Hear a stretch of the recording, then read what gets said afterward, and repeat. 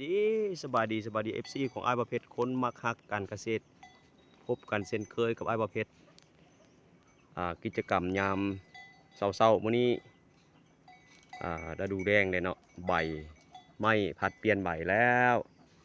ก็ยุ่งยากให้แก่การเลี้ยงสัตว์เลี้ยงสิ่งบรรดาทานเนาะสำหรับยามฤดูแล้งถือว่าภารกิจมื้อนี้สำเร็จไปคาบเช้าพี่น้องเอ้ยในการเอาอาหารเสริมให้สัตว์โดยเฉพาะกับแบ่ของอาประเภทเนาะฤดูแล้งถือว่ามีความยุ่งยากพี่น้องสำหรับอาหารเพราะว่าเป็นฤดูกาลที่ใบไม้ร่นเปลี่ยนใบเนาะฉะนั้นก็แน่นอนมาตรฐานที่เคยเลี้ยงสัตว์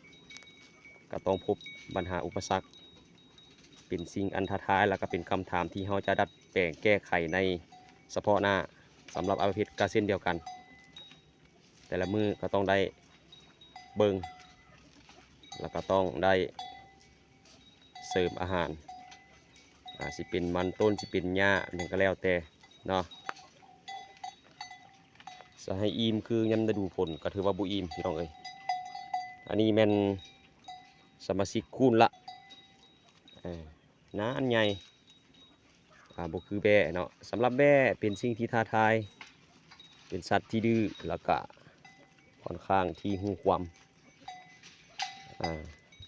หูความกลัวสัตว์กลัวควายกลัวงัวกินอิ่มแล้วก็มาคอกเนาะสำคัญสุดถ้าว่าบ่มีอาหารการกินที่เพียงพอก็เฮ็ดให้จอยแล้วก็เฮ็ดให้ดื้อหัวพี่น้องเอ้ยสิ่งสำคัญปัจจัยสำคัญแม่นอาหารเนาะอันนี้เป็นปัญหาที่ท้าทายที่อ้ายบ่เพชร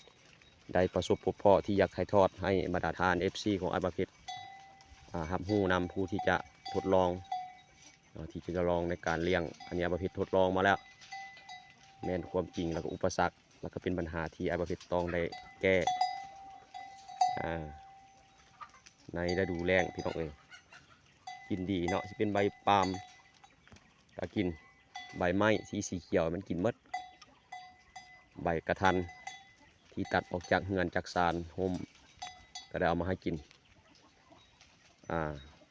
ขอบใจสำหรับ FC ทุกท่านที่ส่งคอมเมนต์มาถามแล้วก็มาแลกเปลี่ยนแล้วก็ถามอยากได้แนวพันธุ์ไปต่อยอดไปเลี้ยงแต่ว่าก็ขอโทษขออภัยนำ FC หลายๆที่ข้าพเจ้าตอบสนองให้บ่ทันเพราะว่าเป็นการทดลองเนาะเป็นการทดลองถ้าหากลงตัวในใดหู้จักการกินการอยู่ในใดจะจริงจะแบ่งปันให้พี่น้องเนาะสำหรับช่วงนี้ก็ถือว่ายังเป็นการทดลองอยู่การทดลองเนาะก็ขอโทษขออภัยนำ FC ของอาเพชรแล้วก็ติดตามรับชมแล้วก็ขอแบ่งขอปันมาที่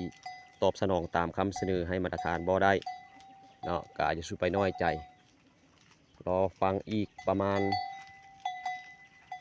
ปีสิมาอยู่ดีมีแฮงก็สิมีการแบ่งปันให้พี่น้อง FC ของไอ้ประเภทอยู่เนาะมาตรฐานโทรมาก็ขอแบ่งปันสิเป็นตัวผู้หรือตัวแม่แต่ว่าไอ้ประเภทปันให้บ่ได้เนาะยังมีการทดลองยังมีการผสมพันธุ์อยู่จะเป็นนั่นใดมันกินนั่นใดมันไปนั่นใดยังศึกษาอยู่เพื่อเอาบทเรียนดังกล่าวไปให้พี่ให้น้องเขาที่จะเอาไปต่อยอดไปเลี้ยงในปีที่มานะอันนี้เป็นสัตว์ที่เศรษฐกิจของครอบครัวจะเป็นการเพิ่มรายได้ในการเลี้ยงแบบสบายถ้าบรรดาทานเข้าใจพฤติกรรมการอยู่การกินของมันนะมื้อนี้ขอขอบใจ FC หลายๆที่ติดตามมาเบิ่งรับชมเนาะสามัคคีฮักแพงยามมื้อแรงกินเบียร์แซ่บๆคือเก่าเด้อพี่น้องเด้อฝากความฮักความแพงไปถึงพี่น้องชาวสวนยางเขาเช่นเดียวกันเนาะสำหรับมื้อนี้อำลาพาจากพี่น้องด้วยบรรยากาศที่งามๆในขอบเขตอาณาจักรสีเขียวของไอวาเพชร